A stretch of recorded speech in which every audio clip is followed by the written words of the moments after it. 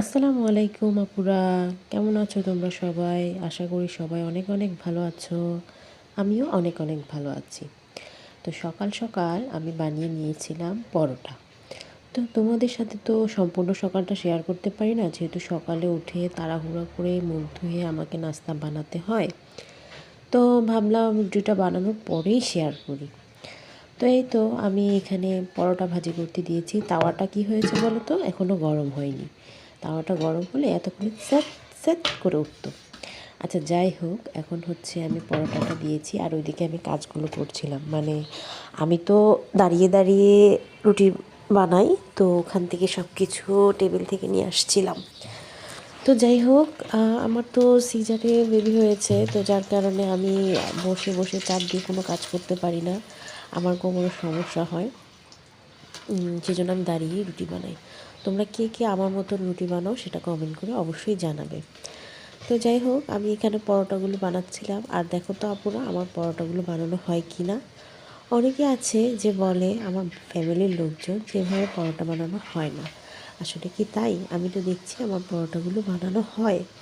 তো যাই হোক, দেখতে যেমনই হোক না কেন, আমার পরোটাগুলো খেতে কিন্তু অনেক সুস্বাদু হয়। তো যাই হোক, তো আমি এখানে পরোটাগুলো বানিয়ে নিচ্ছিলাম আর সাথে ওর বাবার জন্য আমি 1 কাপ দুধ চা বানিয়ে দিব গরম গরম। আর ওকে বলেছিলাম ডিম খাও, ও বলে রোজ রোজ ডিম খেতে ভালো লাগে না, তো ওকে আর ডিম দেওয়াটা হয়নি। আর আমার বাচ্চাদেরকে তো সকালবেলা 2টো করে ডিম সিদ্ধ করে দিতে হয়, তো ওদেরকে দেই। আর হচ্ছে যদি ভাজি খেতে চায় তাহলে ভাজি দেই। আর সকালের নাস্তা দেখা যায় কখনো কখনো আমি বউয়া রান্না করি। বউয়া বলতে অনেক হয়তো বুঝবে না, এটা মুন্সিগঞ্জের ভাষা। অনেক সময় আমি সবজি খিচুড়ি রান্না করি সম্পূর্ণ, যেহেতু এখন সবজির সিজন, শীতকাল, অনেক রকমের সবজি পাওয়া যায়। অনেক রকমের সবজি দিয়ে আমি সবজি খিচুড়ি রান্না করি, একদিন তোমাদের সাথে শেয়ার করব। তো যাই হোক, তো নাস্তা বানানোর পর ভাবছিলাম যে কী রান্না করব, কী রান্না করব, কী রান্না করা যায়। তো যেই ভাবা সেই কাজ। তো আমি এখানে বাসায় ফুলকপি ছিল, আজকে তেমন বাজার ছিল না। আজকে রাতে তোমার ভাইয়া বাজার করে, তোমাদের ভাইয়া, সেটা তোমাদের সাথে অবশ্যই শেয়ার করেছি, তোমরা পরে দেখতে পাবে। তো জাস্ট ফুলকপি ছিল, তো ভাবলাম ফুলকপিটা কী দিয়ে রান্না করা যায়। তো এটাকে আমি চিংড়ি মাছ দিয়ে রান্না করি। আর খেতে কিন্তু অনেক সুস্বাদু হয়েছে। আর মানে আগামীকাল যে ব্লগটা দেখছো তার পরের দিন তোমাদের ভাইয়া বাসায় থাকবে না, তো সেজন্য আমি বেশি কিছু রান্না করিনি। জাস্ট আমি সিম্পল করে এগুলো রান্না করেছি, আমার বাচ্চা আমরা খেতে পারলে হয়েছে। আর ওরা যদি খেতে না পারে, ওদের জন্য ডাল আছে, হয়তো চিকেন ফ্রাই করে দিই। তো এই আর কি। যাই হোক, তোমাদের বাসায় যে ছোট বেবিরা আছে, ওরা কিভাবে খায় বা ওদেরকে কি কি খাওয়াও সেটা আমাকে জানাবে। আসলে বাচ্চারা সবজি খেতে চায় না, ওরা চিকেনটাই খেতে চায়। আর সত্যি কথা বলতে বিয়ের আগে আমরাও এমনই ছিলাম, একটা কাজও করতাম না, মাকে তেমন হেল্প করতাম মোটামুটি, কিন্তু এত বেশি না। তারপর আবার দেখা যায় তো সবজি খেতে যেতাম না। আর মাকে বেশি হেল্প করবো কোথা থেকে? আমাদের তো ওই যে পড়াশোনার জন্য আর করা হতো না। তো যাই হোক, পড়াশোনার জন্য কাজ করা হতো না, প্রাইভেট থাকতো, টিউশন থাকতো, সেজন্য আর কি বেশি একটা হেল্প করতে পারতাম না। তবে যতটুকু পারতাম ততটুকুই মনে করতাম যে অনেক। তো যাই হোক, এখন তো সংসারে অনেক কাজ, সব কাজ সারা যায় না একদিনে। আর কিছু কাজ ভাগ করে নিতে হয়, কিছু কাজ একদিনে করতে হয়। তো অনেক চাপ হয়ে যায়, যে বাচ্চাকে স্কুল থেকে আনা নেয়া, ছোটো বাচ্চাকে স্কুলে, বড় বাচ্চা অনেক সময় চলে যায় থেকে অনেক কাজের প্রেশার পড়ে যাচ্ছে। যে সকালে ঘুম থেকে উঠে ওকে খাওয়ানো, রেডি করানো, স্কুলে পাঠানো, ঠিক সময় মতো ওকে আনানো, মানে নিয়ে আসা, তারপর আবার ঘরের সম্পূর্ণ কাজ কমপ্লিট করে যাওয়া। কারণ ও স্কুল থেকে আসার পরে ওকে গোসল করাতে হয়, খাবার খাওয়াতে হয়, তারপর ওর আরবি প্রাইভেট থাকে, ওখানে নিয়ে যেতে হয়, সেম ছোটোটাকেও গোসল করাতে হয়, সব কিছুই আমাকে করতে হয়। তো যাই হোক, তো এভাবেই আমার সময়গুলো কাটছে। তো এখন তো ডিসেম্বর মাস, তো এখন বন্ধ, তাই এখন আর ওই প্যারাটা নাই। কিন্তু ডিসেম্বর মাস শেষ হলে জানুয়ারি 1 তারিখ থেকে যখন ওর আবার ক্লাস শুরু হবে, তখন আবার এই প্যারার লাইফটা শুরু হবে। প্যারা হলেও ভালো, যেহেতু ছেলের পড়াশোনাটা হচ্ছে, তো এটাই তো ভালো দিক। আর আমাকেও তাড়াহুড়া করে আমি কাজগুলো সম্পূর্ণ করতে পারছি, সব কিছু সময় মতো হচ্ছে। সংসারের কাজ এটাই ভালো। এখন দেখা যায় একটু দেরিতে করব, একটু দেরিতে করব, এরকম করতে করতে কাজটা কমপ্লিট হয় না। যাই হোক, তোমাদের কার কীরকম যায় সেটা আমাকে অবশ্যই জানাবে। নারী মানেই দুর্বল নয়, নারী মানেই অনেক শক্তিশালী, এটা মনে রাখবেন। যতই কষ্ট হোক, যতই ব্যথা থাকুক শরীরে, যতই অসুস্থ থাকেন না কেন, সংসার আপনাকে সামলাতেই হবে। আর অনেক নারী আছে ঘরও সামলায়, সংসারও সামলায়, আবার বাহিরেও কাজ করে। তো আমরা গৃহিণীরা তো বাসায়ই থাকি। যারা ঘরও সামলায়, বাহিরও সামলায়, তারা তো আরও বেশি যুদ্ধ করে চলে। তো ওইসব মাদের জানাই অনেক অনেক শ্রদ্ধা, সালাম। কারণ বাহিরের একটা প্রেশার আছে, আর আমরা তো দেখা যায় বাসার প্রেশারটা নিয়ে থাকি, কিন্তু বাহিরের প্রেশারটা নেওয়া হয় না। তবে ইচ্ছে ছিল আমার জব করার, কিন্তু ছোট বাচ্চা নিয়ে বাইরে যেয়ে জব করার মতন সাহস আমি পাচ্ছি না। আর হচ্ছে বাচ্চাগুলো কার কাছে রেখে যাব? আমার পাশে আমার মায়ের বাসাও নেই, আমার শ্বশুরবাড়িও নেই। এখানে আমার হাজব্যান্ড জব করে, সো আমার এখানে থাকতে হয়। তো এই আর কি, যদি বাসার আশেপাশে মা বাবা ভাই বোন বা অন্য কোনো আত্মীয় থাকতো, কারো কাছে বাচ্চাটা রেখে যেতে পারতাম। তবে একটা মেয়ের মানুষের অবশ্যই কিছু করা উচিত, শুধুমাত্র স্বামীর আয়ের উপর নির্ভর করে থাকা উচিত না। সেটা নিজের সন্তানের জন্যই হোক, আত্মীয় স্বজনের জন্যই হোক, সবার জন্যই ইম্পর্টেন্ট। একটা মেয়ের যখন বিয়ে হয় তখন তার অনেক দায়িত্ব বেড়ে যায়, অনেক কর্তব্য বেড়ে যায়, কাঁধে এসে পড়ে। দেখা যায় একমাত্র স্বামীর উপরে ভরণ পোষণ সব কিছুই। দেখা যায় বাবার মানে শ্বশুরবাড়ির সবার ভরণ পোষণ তো আছেই, তারপর সংসারের ভরণ পোষণ, একজনের উপর অনেক প্রেশারও পড়ে যায়। তো নারীদেরও উচিত কিছু করার, কিন্তু আমি কি করব আমি সেটাই বুঝতে পারছি না।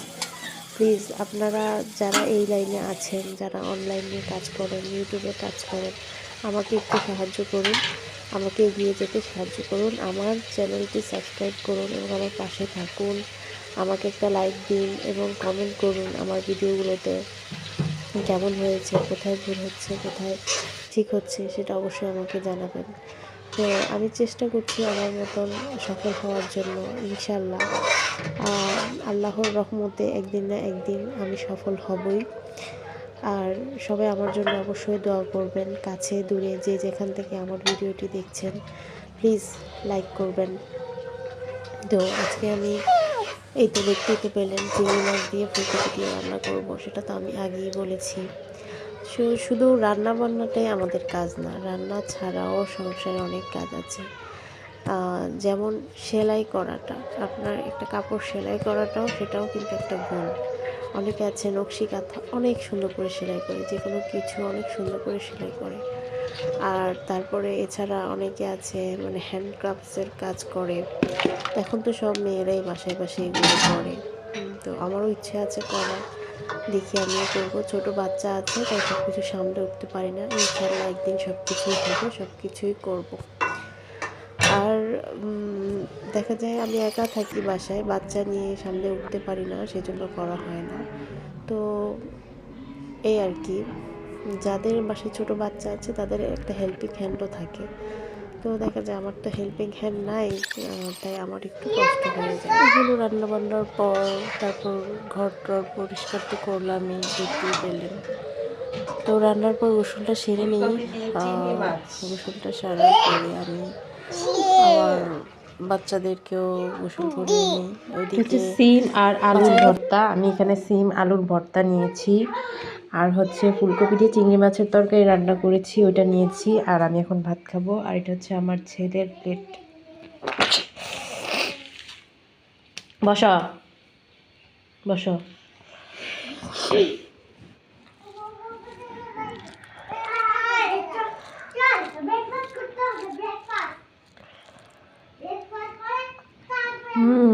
সেই test.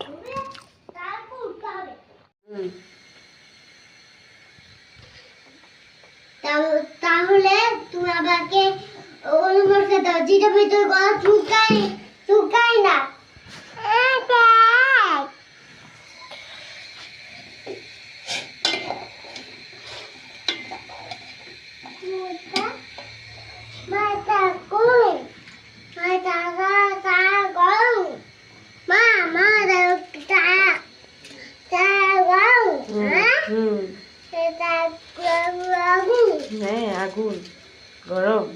But don't be, eh?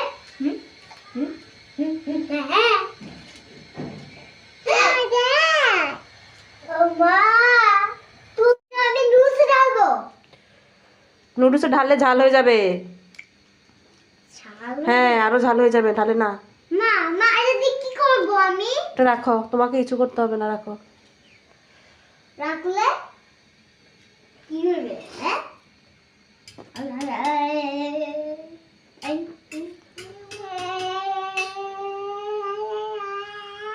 আমি সুপটা খেলাম।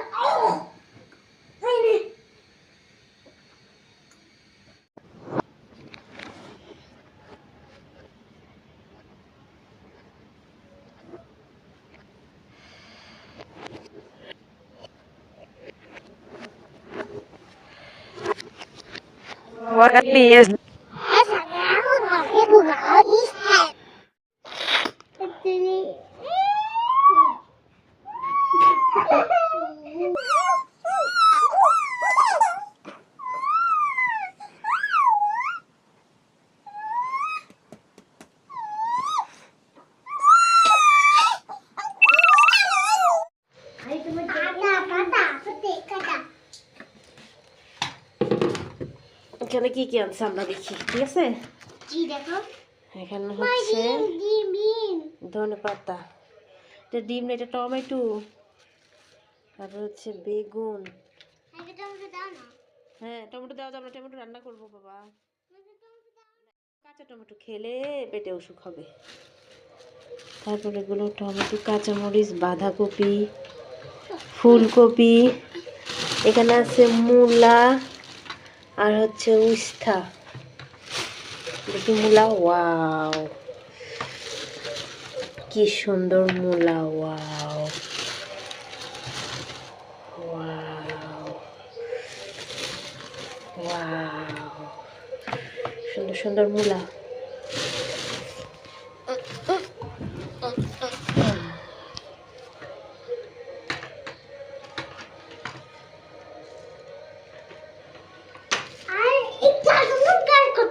দাও দাও, কাঁচা লঙ্কা দাও। ওখানে হচ্ছে উস্তা না সব, উস্তা। কাঁচা মরিচ খাবি? খা খা, ঝাল। এখানে হচ্ছে সিম, বাঁধাকপি, তারপর ফুলকপি। তো এগুলো আমি এখন গোছাবো। এটা হচ্ছে বিশাল আকৃতির একটা লাউ। এই যে টমেটো, এই যে এখানে আরো আছে। তারপরে এই যে এটা ফুলকপিটা, তারপর এই যে হচ্ছে বাঁধাকপিটা, আর এই যে হচ্ছে আমার দুষ্টুটা।